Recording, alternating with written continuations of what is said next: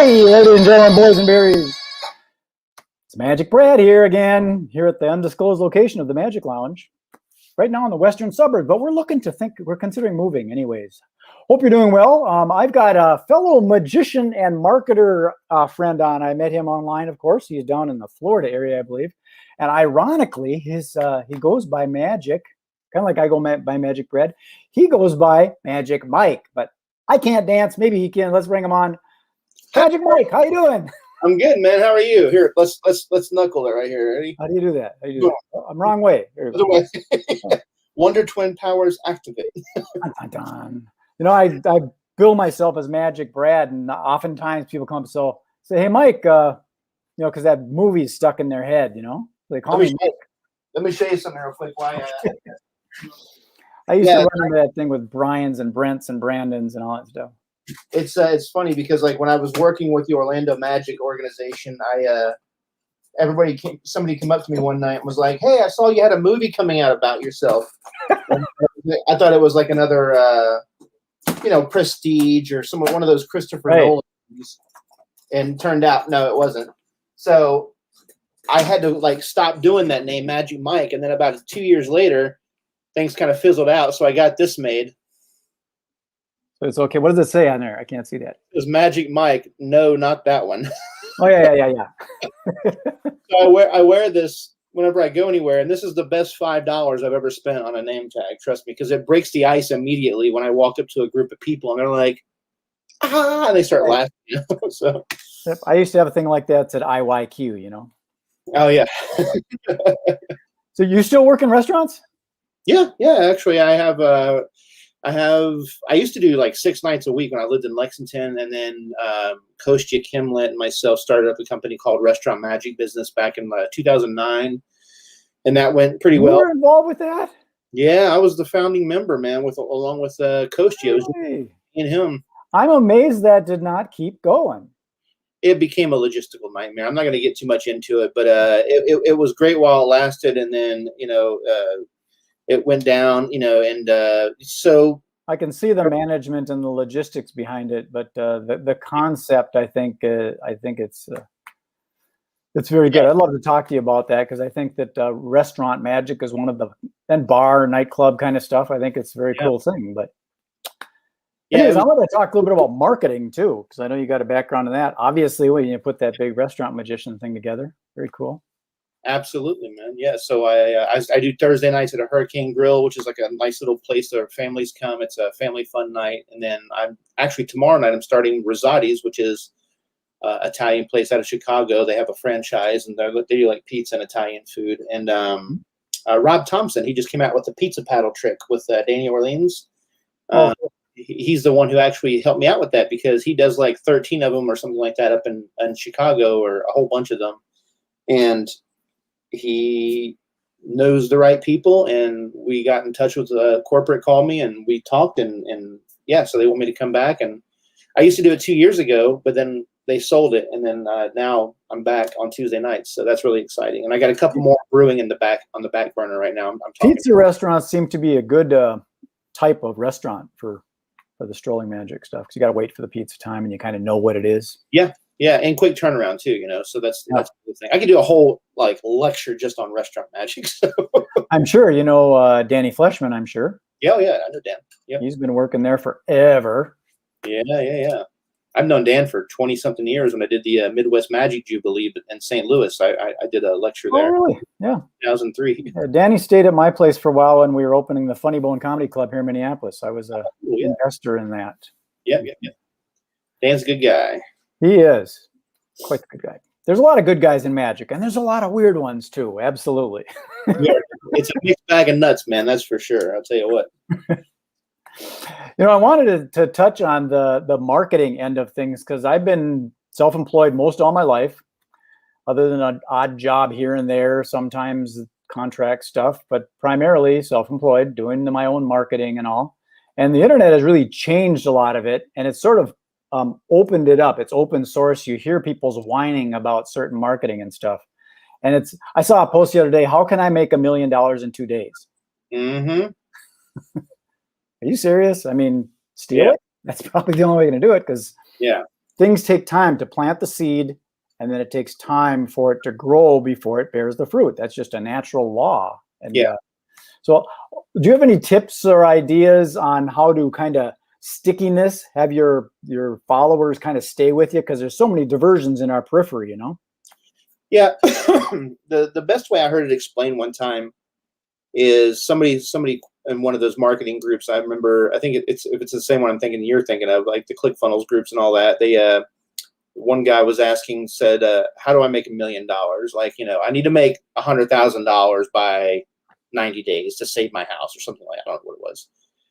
And somebody explained it to him probably the best way. He said, don't look at $100,000 as like your goal. Look at it as doing 10 transactions of $1,000 for the next, 10 days or something like that. Right. So if you kind of give yourself more of a realistic expectation to say, okay, if I have a course or if I have this and it's like $2,000, I only have to sell 5 of those, in the next month to make 10,000 a month. Right. So the idea is to build that course and then build a community around it and try and keep them magnetized to you. Yeah. So positioning is key. This is actually, I don't know if I have the book right now, but it's called Expert Secrets. It's really good. It's by Russell Brunson. And he talks about building a tribe, right? So you want to build your tribe, but in order to build your tribe, you have to understand like who you're wanting to serve. Exactly. And so you have to kind of understand like where does your strengths and your weaknesses at? And there's a lot of self-discovery, that you have to kind of go through in order to understand like, what is it that people will pay me for as far as my knowledge goes, right? So when I was first starting out doing design work, I couldn't afford it, right? I couldn't afford to hire somebody, so I had to do everything myself. But I knew I didn't know anything about design, so I had to basically start from scratch and buy books on how to do graphic design. Well, then once I started getting into like really where I just did like 1 or 2 tweaks that I saw in this book to show me how to do this, this, and this. And I used that one formula for like 90% of my materials. Well, within 5 years, I was really, really good at doing design, right? Then all of a sudden I started seeing other people coming to me that were magicians going, hey, how can you help me? Like, can you do mine? And then next thing I know, I started doing that for bigger names, like Chad Long and Eric Jones and all these other guys that were coming to me going, hey, I'm putting a product out. How much would you charge me to do the packaging for it? Do you do that? I'm like, yeah, I do it. And I didn't know what the hell I was doing, So I would just go find a video, watch how to do a package. And the next thing I know, all I was asking them was, hey, listen, can you just do a quote for me and put it on Facebook? And that's it. Or in the Magic Cafe or something. When back in the day, the Magic Cafe. Sure. And they would just put a nice quote together for me. And the next thing I know, just by using those testimonials, people would start recognizing my name and coming to me. And then that's how I kind of built this, up. I started getting my popularity going. And I became known as the guy to go to when it came to designing packaging for products. So Vanishing Ink, Josh J and them, they hired me and when they first started. And then I had all these other people that were coming to me. So yeah, understanding where your strengths are at, building that tribe underneath you, bringing them over to your community and just hammering as much value as possible and sticking to it, So on that, it seems like you got in the lane of the magic. You're performing the magic. You started doing graphic design. I'm assuming you did some stuff for, like you mentioned, that yoga person. Maybe you did a little bit of something on the side that wasn't in the magic realm. Oh yeah. Well, my brother-in-law's mom, she has a huge real estate company down here, and when I first moved here, she was kind of talking to me at lunch, like, so what are you doing now, Mikey? And you still doing that magic? And I'm like, well, yeah, I'm still doing the magic, but I'm also doing like design. And she had me do some pieces for advertisements for her real estate company. And so I started kind of like dabbling in that area, like in the real estate. Then she started connecting me with more realtors. So yeah, there was some stuff outside the magic as well, but primarily, the focus for my better part of my 20 years has been the entertainment industry. We got a comment from a fellow local Twin Cities magician. Nice to hear you talking about magic for a change. Well, I go back and forth, and what I was leading into when I was going to ask that question is, aren't there just a lot of magicians that are just broke and it's hard to get any money from them? Or do you have to go at that 2%? Oh no, it's you nailed it on the head. There is here's the thing. I don't think there's an understanding of you know this as well as I do. There's a trade-off, right? So Dan Kennedy, if anybody knows Dan Kennedy, he's got a great phrase called the bright shiny object syndrome, right? And so it's like fish will go for the bright shiny object. They love the flashy stuff, right? And so magicians are sort of notorious for that. In fact, I don't know if I can share my screen with you or not. Can I share my screen with you? Possibly. You just have to use a little share button, and I have to accept it. Let me see if I can do this real quick. Can you see this? Okay. Not yet. There it is. Okay. So I'm actually after you. I'm doing another keynote with this guy, but I talk about the mindset, right? And I talk about investment of time and money, and I talk about how time is money, where you can waste it, you can spend it, you can invest it, right? Yep. And then here's the common misconception. So like tricks, for example, tricks are, let me put this in a present mode. Tricks, for example, are one of those things that magicians they'll gravitate towards. They love tricks, right? And they'll spend all this money on tricks and not their assets for their business, right? Yep. And so what happens is that this guy right here might spend $2,100 on this set of cups and balls. Now, this is a gorgeous set of cups and balls. Don't get me wrong. And if you have the disposable income to do that, that's perfect. But a lot of times magicians fall into this mindset of going, hey, this is the trick that's going to make me famous. This is the one that's going to make me amazing. This is the one that's going to put me on the map, guys. Right. And it's not. It's just a trick, right? And they could spend that money on a website, and they're going to make their money back tenfold, you know? So that's where, hang on one second, just for a second. I'm so sorry about this. That stuff happens. I was just getting in my groove too. No, these are the technological things that just happen to us on the internet. We don't know what's hooked to what, and all of a sudden something's happening. Hang on one second. Let me just tell him that. Okay. In a meeting. So anyways, let me go ahead and real quick jump onto this. The reason I was saying this is because they don't recognize that there's going to be, a point to where that trick is only going to bring them so much money in, whereas an asset to their business, is going to be completely different, So it's night and day. Yeah. So, but yeah, that's to kind of answer your question as far as like, yes, I get a lot of people that don't understand the value of spending money in their business. And it's very hard to change that mindset. The reason I asked it is because publicly, I'm going through a third phase of my life. I'm going to be 64 in June. And the first part of my life was gigging. Basically, the 70s, 80s, and 90s, I was gigging. And then from the 90s into 2000 and just recently, I was more doing events, and I was helping people with live events. I was promoting a lot of event vendors. I do an event planner expo here. So it was all around events. And now on the third phase, I'm wondering, what should I do? Should I hybrid this stuff? Should I stay in the realm of marketing and magic? Because I think there's a lot of magicians that need help with marketing, and I do have a strategy for it that makes it fairly easy.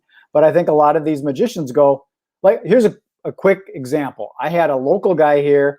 I had a thing going on where it was $10 a month, $10 a month. And he asked me, is that monthly or annual?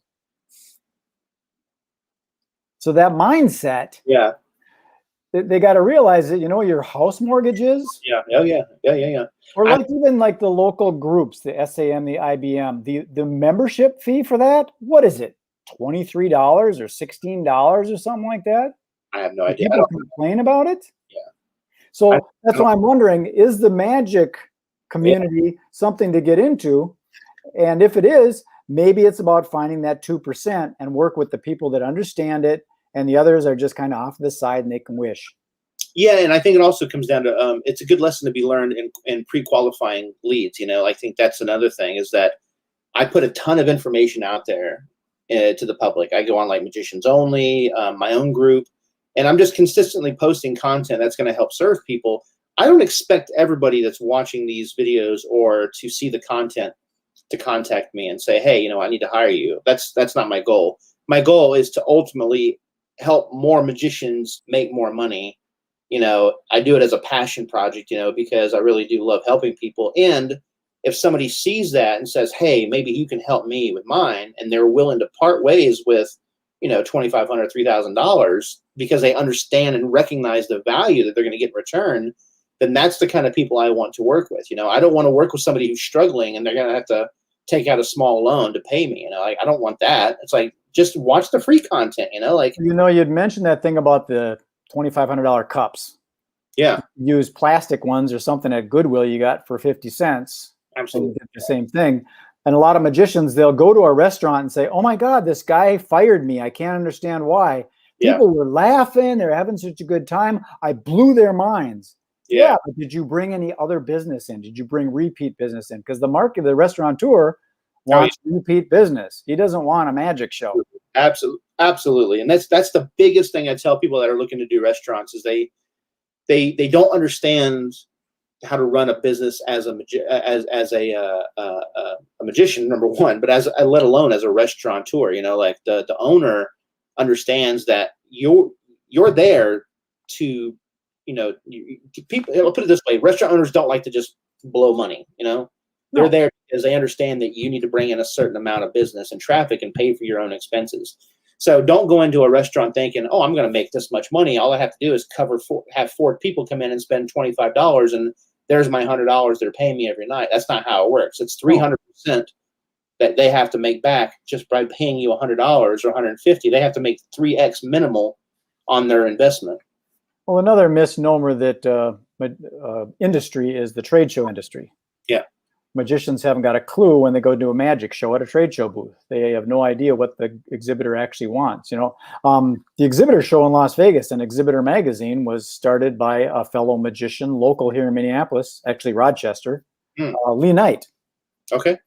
Yeah, and he did trade show magic, and then he was at the show one day and thought, I think these exhibitors need help. So he created a magazine around it, and now he does the exhibitor show in Las Vegas. So, and his booths aren't cheap. His booths are probably $3,000, $4,000, $5,000, $6,000 for a booth. So if a magician really wants to work trade show magic, they should invest $5,000 into an exhibitor show booth and work in that market. Yeah, when I was doing trade shows, and that, by the way, it's a grind. I don't do them anymore, and I hand those off to anybody that does trade shows. Like Chad Long, he's a good friend of mine. I don't know where he gets the energy to do as many trade shows as he does, but like they're a hustle. And I remember when Koshi and I would work, with some of these people that would come in. We had a couple clients together. We were meeting 6-9 months in advance before the show even started to plan out everything with the sales team and what we're going to give away. And, we have to have time to design everything as far as the giveaways and then get them printed and then come back and then do rehearsal. And so it's a lot of work, whenever you're having these meetings with trade shows. Yeah, I officed with a guy and I helped him promote his trade show education seminars. And his thing was, if it's in the booth, it needs to do one thing. That's qualify. Yeah. There's no point in talking to somebody that can't write you the check. Well, it's easy to climb the ladder. The badges they have now, so like they're color coded. Most of the badges now are color coded depending on what trade show you go to. And they also have like the QR codes. So if you have the scanners, you can actually bam, bam. But yeah, so we would actually look for like we were doing some stuff for these packagers that they did like this recycling cardboard, and their only people they were targeting were packers, right? They wanted packers. But you also had people that grew, and you had these other like crop science division people that were in there that did like all the pesticides. We didn't care about those. The only people that our clients wanted us to look at were packers because they could sell their stuff to. So we would look for the green badges, and that's we would bring those to the front, and say, okay, well, you guys come up here, and that's who we would engage with right away and then turn them over to the sales team. Exactly. That's you got to find out how much money they have and when they're going to give it to you. Yeah. That's basically how you narrow it down. Yeah. Yeah. That's an ongoing challenge. I think there's a lot of misinformation out on the internet where people go onto YouTube and they learn marketing things that are not true. Yeah. And it's a bit frustrating to me seeing all that stuff out there from people that really don't understand it. We call it blind leading the blind. Yeah. And what happens is now I'm trying to share something that does actually work. Yeah. And they get it mixed up with these other things. And that, no discredit to Russell Brunson and the ClickFunnels, but it's full of these, we call them incestual marketers selling marketing to other marketers so they can sell marketing to other marketers to sell marketing tools so that the marketers can buy other marketing. Yeah, Mark Cuban calls them wantrepreneurs. Yeah, that too. They're kind of just going the wrong direction. And Yeah. you got to get outside of it and find out what sales and marketing is actually really about. And there's so much out there. It's amazing how many people are experts. Yeah, I mean it's true. You know, my wife is one of those like the kindest people in the entire world, and she's been a dog groomer for over 8 years, and she whenever I try to tell people, hey, you should go talk to my wife, and she's like, don't tell him to come to me, and she's like, I'm not an expert, and I'm like, babe, like you've done over like thousands of dogs. I would probably call you an expert when it comes to grooming, Well, that's what I was telling my wife. She was a Spanish teacher at the University of Minnesota for like 30 years or something like that. Right. And then she got out of that and she went into coaching, and she was like, I don't have much experience. I go, wrong. You've been teaching for 30 years. You know how to teach. Yeah. You have tons of experience. People will come to you because of your experience, and they don't recognize it. That's the thing. Like, there's a lot of humble people out there that just go, no, I'm not an expert, but it's like really not even about the experience. It's about the results. Right. If you have no experience and you can make something happen, you're a magician. Just like that.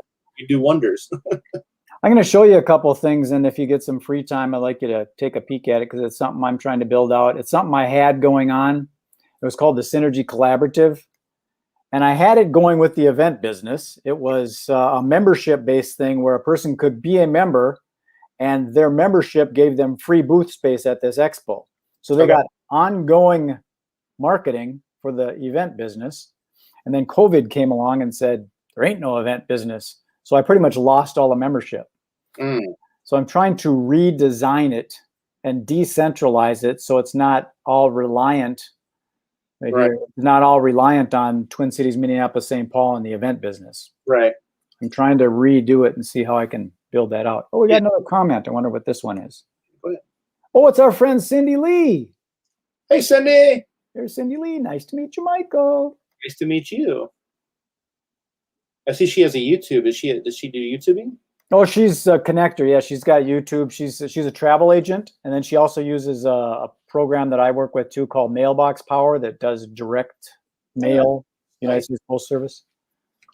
And seeing I mentioned that, I'm going to throw that little banner up here for you too. This is Mailbox Power. That's my affiliate link. So if a person joins that, you end up being on in my little group for that.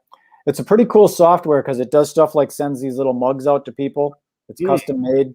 My friend Bo sent this as best marketing legend ever, Magic Brad. Nice. Custom mug. And then along with it came coasters. Yeah. Matching coasters. And he sent me this little briefcase business card holder. It's a little miniature briefcase. Which has business cards in there. And you mentioned QR codes. He also sent me this picture of this, and on the back is a QR code. If you scan that, it goes to his website. Very cool. Yeah, QR codes were one of those things that they came out and people were amazed, and then they just fizzled out because you had to have that third-party software, and now you don't. Like all the cameras recognize it now, which makes it so much easier.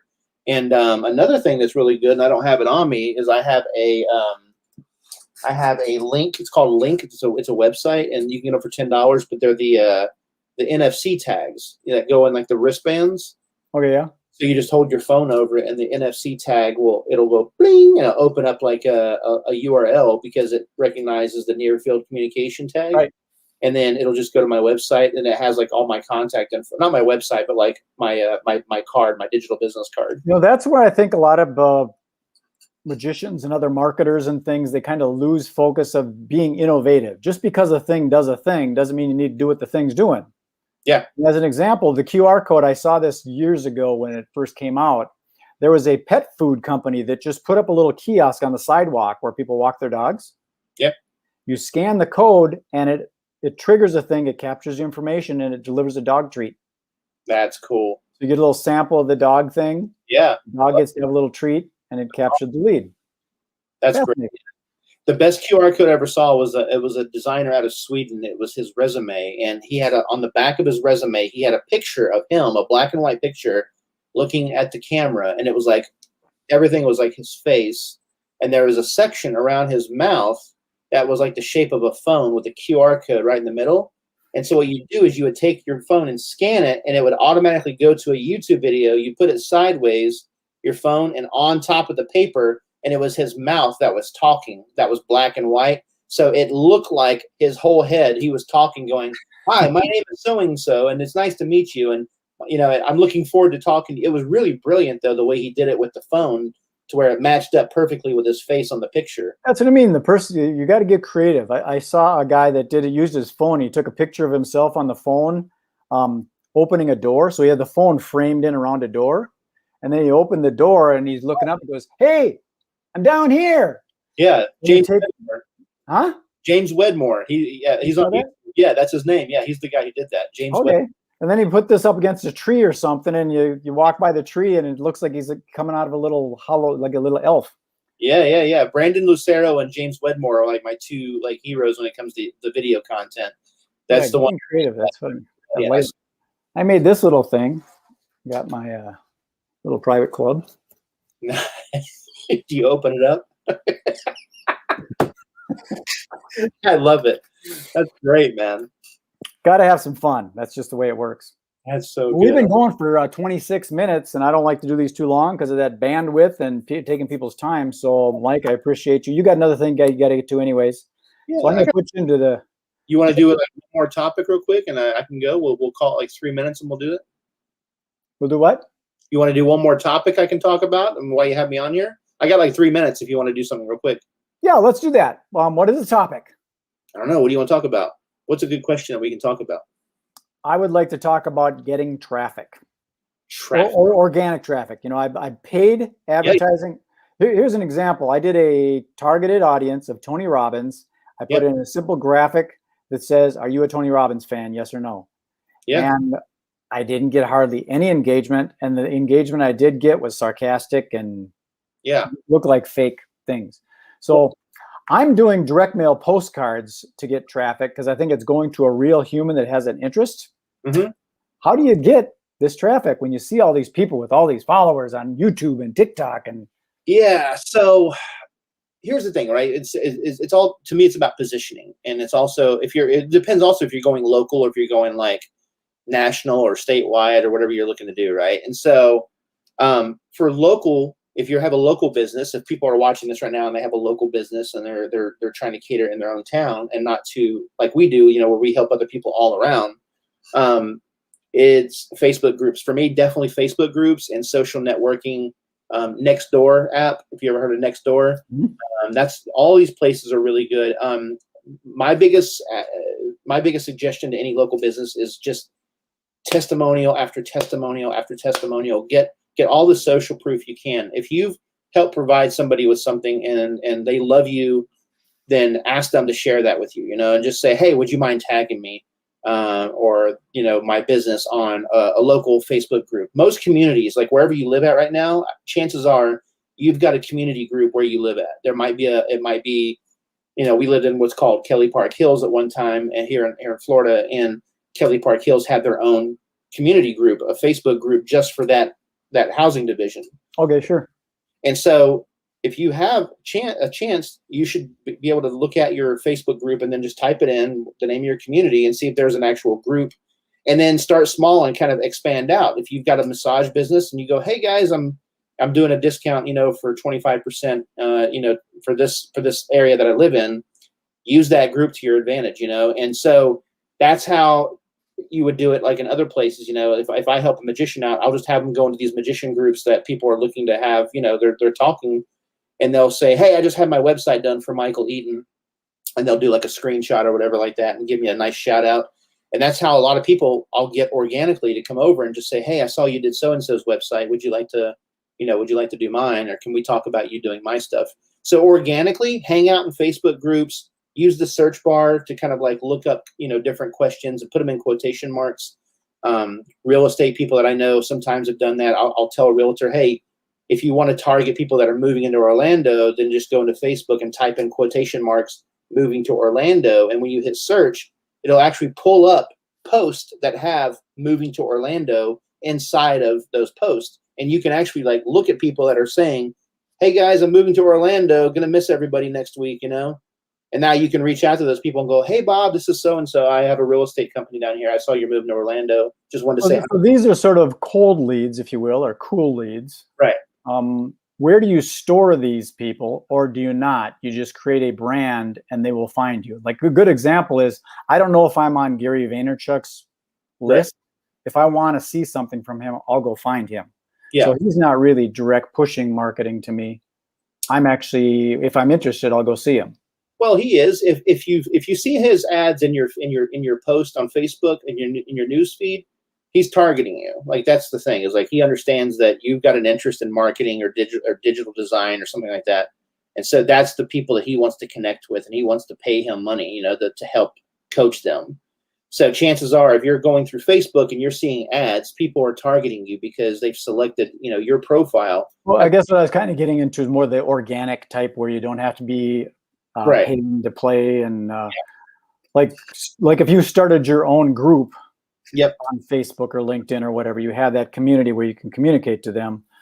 Or it sounds like what you're suggesting is more social proof, referral marketing, know, like, and trust, where they go, you know what? I know this guy, his name is Mike. He goes by Magic Mike. He's a graphic designer. Google him, find him. This is the guy. And then when they get to it, they go, oh, here's a guy. He calls himself Magic Mike. This must be the guy that Steve was talking about. Yeah. Well, the organic growth for me just comes from providing valuable content in these groups. You know, I'll go in every day and I'll monitor people that just have a question about this. Hey, how do I do this? And I'll chime in and I'll do a whole post on how to resolve that problem. And that's how I build trust in those groups. And so that's really where a lot of and I'll say, you know, in my Marketing Your Magic group, I talk about this, this, and this. Now, I'm not trying to pull them over into my group, but by simply saying my group, they'll go on their own and they'll find me in that group, you know. And then you're walking on eggshells there, right? Because you don't want to be like I don't want to like try to poach people, you know, from other groups into my group. And so, but I have there's like these little subtle things that I'm not breaking the rules, but I'm kind of bending them by posting a video. And at the end of the video, it'll say like the Marketing Your Magic logo, you know. You wouldn't want someone coming into your restaurant telling the restaurateur that they do magic, or going in there and starting to do magic and then bring them over to their restaurant. Right. Yeah. So it's like, but I still am. But here's the thing, though. I'm still providing value. If a magician came into the restaurant that I perform at, I have no problem with him doing a trick. It's at the point where he tries to get my job. That's where I have a problem. Right. You know, like right. And so if I go into a group and I'm sharing information, and that whole group is about sharing information that helps other magicians, they should have no problem with me coming in there and talking about a solution to help out their group member, as long as I don't actively say, you should come and join my group. You know, I don't do that. I just say, it's all about intention. Yeah, exactly. It's all about intention, right? Cool. All right, man. I get it. This is very fun talking this kind of thing, because these are the things that go through my head, and I'm sick and tired of talking to myself.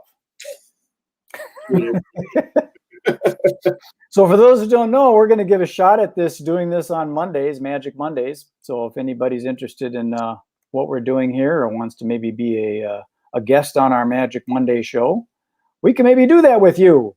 Dun, dun, dun.